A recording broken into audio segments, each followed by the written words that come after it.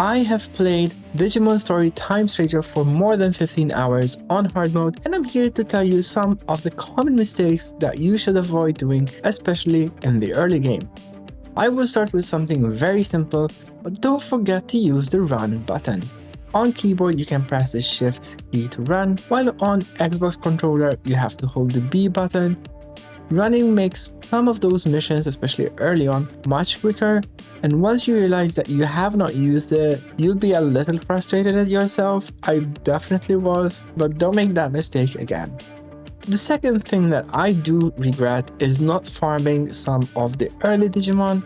Towards the beginning, I have found a mushroom one which I was really excited to see, as it's a Digimon that I like, but I just proceeded with the story and I have not seen them again.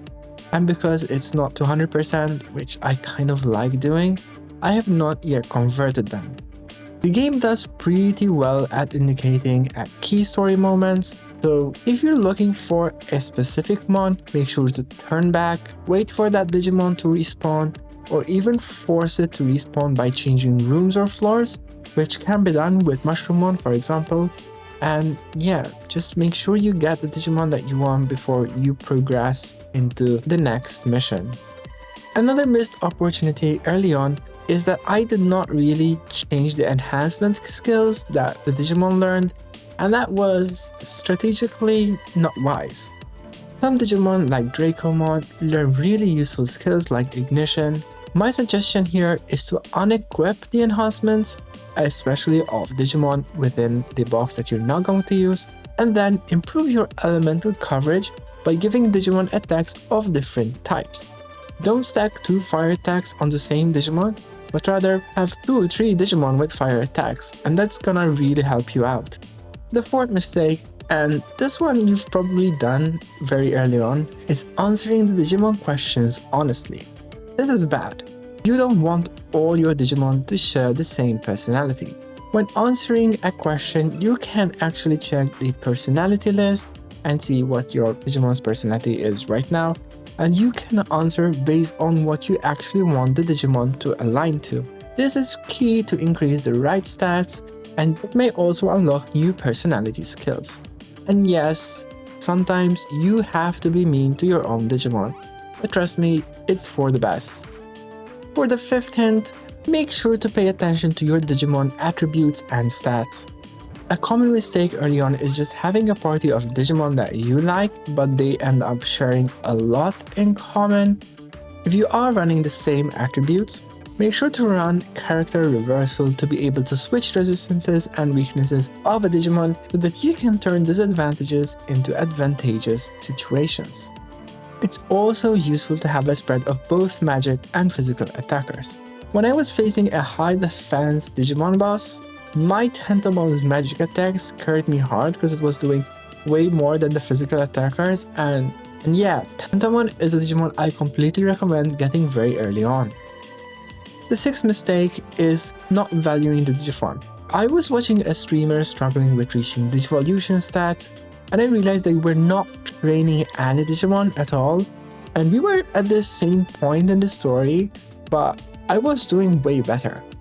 The Digi-Farm Training items can be used infinitely, so don't worry about that.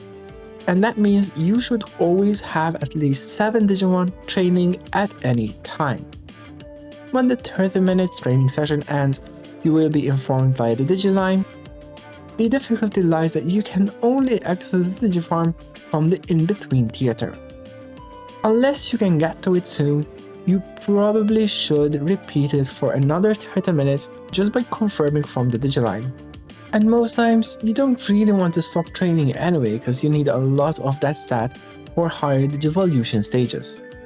The seventh mistake is the one that upset me the most, so listen carefully. If you have Digivolved some Digimon and notice that you got no cumulative stats, it's because you've made the same mistake of not having any bond on that Digimon. So if you're using the Digifarm like I am, you get the stats, you go into the Digivolution stage, bam, you have a champion, and wow, 0 cumulative stats. And then I realized this Digimon has no bond. Make sure to buy food and feed them within the Digifarm, or just exchange and put them in your party, do some battling, and have a bit of bond value before you digivolve, so that you can carry the 10% cumulative stats that you've gained from training and leveling. Speaking of Digivolution mistakes, the 8th tip here is don't go through Digivolution stages too early. Rookie Digimon learn a second enhancement skill at level 10, and champions learn a third skill at level 25.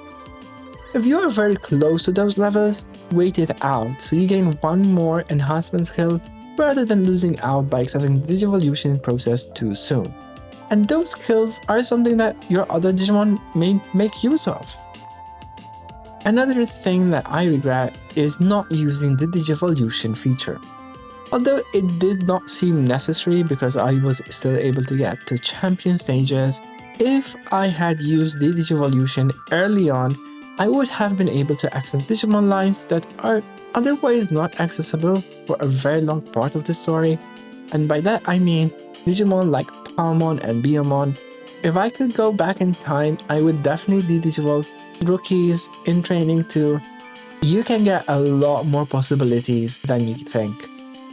The last mistake is not exploring the world enough. I assumed that shops carry the same items, but I was mistaken, which I found out very later on. Make sure that you check every shop that you come across because they do sell different stuff and they continue to add more stock as you progress the story. New enhancement skills, new Digimon food items, and just look at the shops. I would love to hear from you in the comments if you've made any of these mistakes. As much as I don't want that you've done that 0 bond mistake, please let me know that I wasn't alone in doing that. And if you've made any other key mistakes that you want us to learn from, let us know. Thank you for watching. Bye-bye.